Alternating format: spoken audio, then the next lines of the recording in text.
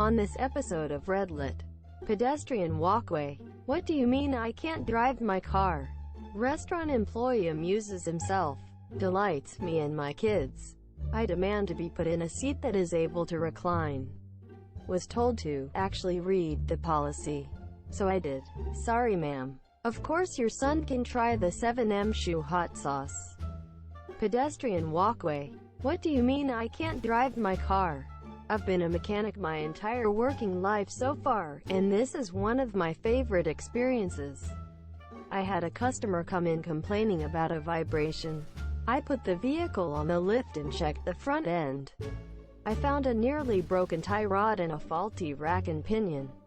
So basically the passenger side front wheel was not fully secured to the steering system and would soon break and cause the wheel to be completely disconnected from the steering. I told the customer how much the repair would be and told her it was unsafe to drive. She asked me to put it back together so she could leave.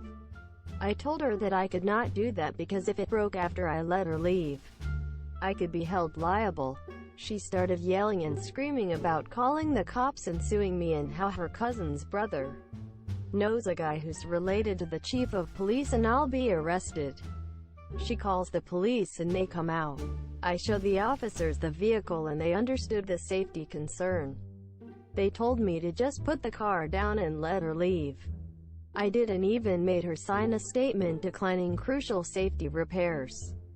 She left with the most, haha, I told you so, smug grin on her face. Until she left the property, got pulled over and her car impounded. They also gave her a ticket for reckless driving. I was so happy seeing her car get towed. Edit for clarification. The cops told her it was against the law to drive it. The state laws back then allowed me to do exactly what I did. I offered to discount the price of the repair and take payments. She still refused. And I don't care how well versed you think you are in the law. You don't know when or where this took place.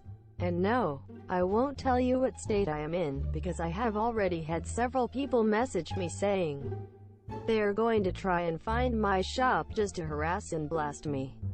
Restaurant employee amuses himself, delights me and my kids. Yesterday I decided to take my kids to an international chain restaurant. In this restaurant, the kids' meal comes with ice cream as your but you have to serve yourself. That was a problem because there weren't any bowls beside the ice cream machine. So I thought, I know what to do. I'll simply ask an employee for some bowls, and that's just what I did. So he turns to look at the vast array of bowls behind him. Some sauce-sized, some entree salad-sized, and many in between. And we realize that neither of us knows what size the kids' ice cream is intended to be. So he thought, I know what to do. I'll simply ask a manager, and he says, hey boss, what do we put the kids' ice cream in? Quote, without turning around, the boss says, a fucking bowl, what do you think? Quote, yeah, but what size of bowl? Quote, the boss, with his inimitable charm, tact, and grace, says, just fucking give him a bowl. The employee looked back at the bowls, and then one saw him get a big grin over his face. I apologize about that, sir. I think it's probably these ones, he says, as he hands me two of the largest bowls they have in the restaurant.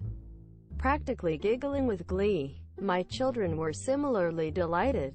The manager walked by when we were halfway through and made a noise like a startled opossum, but said no actual words.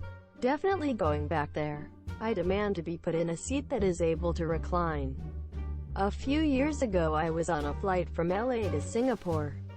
Takes 16 plus hours. I'm a tall dude, around 6 feet 3 inches, approximately 190 centimeters.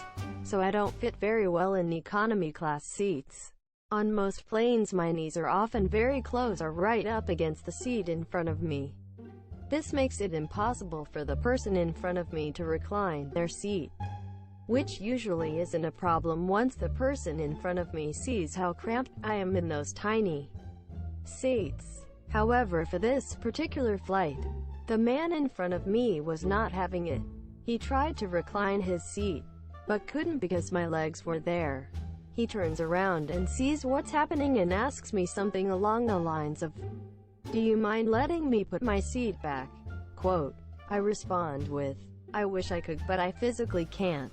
I'll do my best to give you as much space as I can, but it won't be much." At this point he starts to get angry and just starts pushing as hard as he can back on his seat.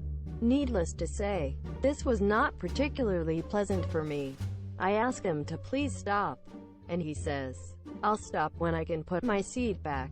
I decide I'll just wait him out. He'll eventually get tired. After about 10 to 15 minutes of this, he calls a flight attendant over and proceeds to demand a new seat. The flight attendant tells him there are no available seats and he will have to deal with it. He demands to speak to the pilot, so the flight attendant goes up front to talk to the cockpit. Keep in mind that throughout this he is still pressing with all his might against my knees, with only short breaks to yell at the flight attendant.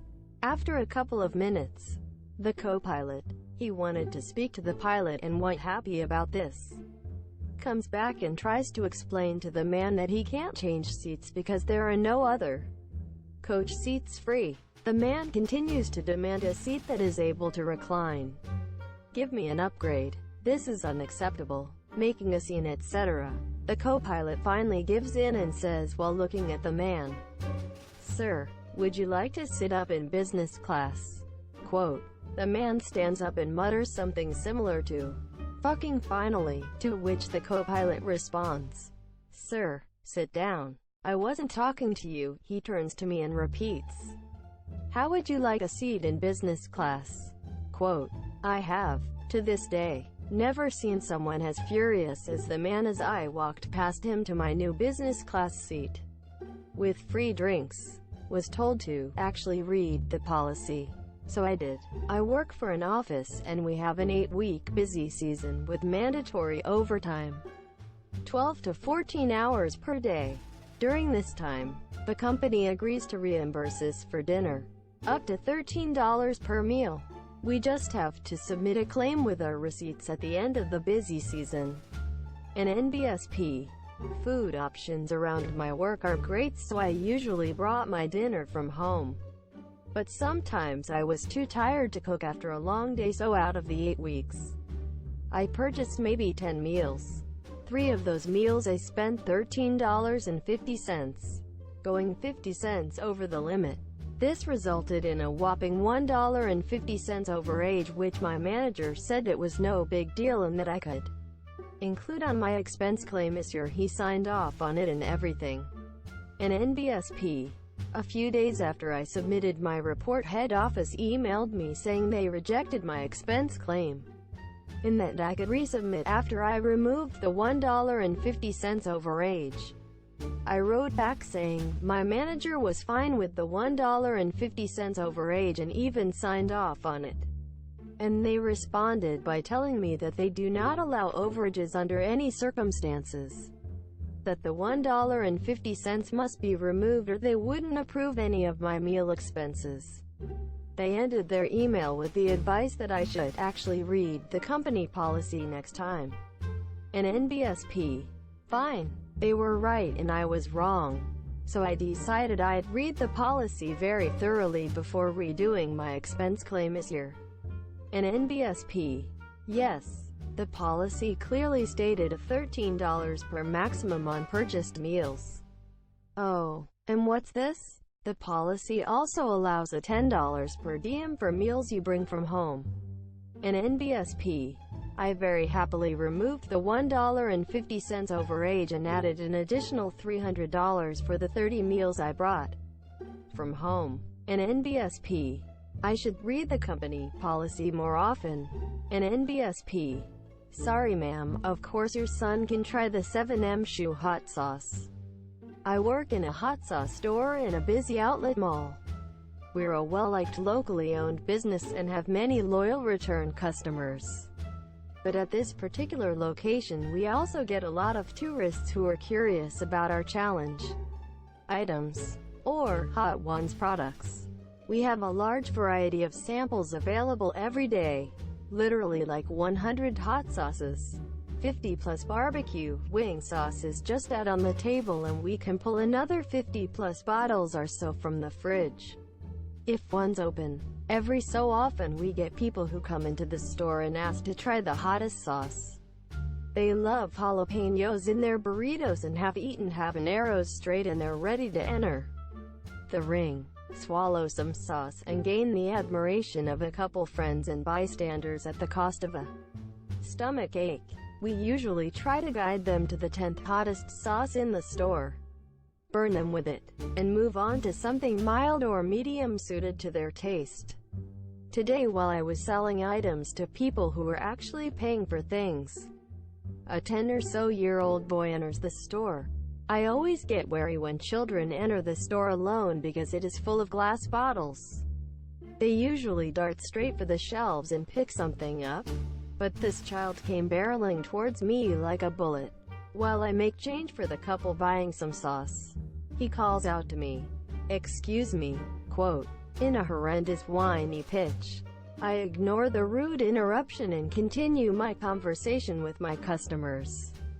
He parrots it again 12 times or so back to back as I thank these people and get them out of the store.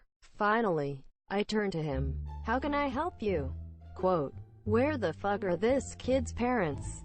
How can I try the hottest sauce in the store? Not this shit again.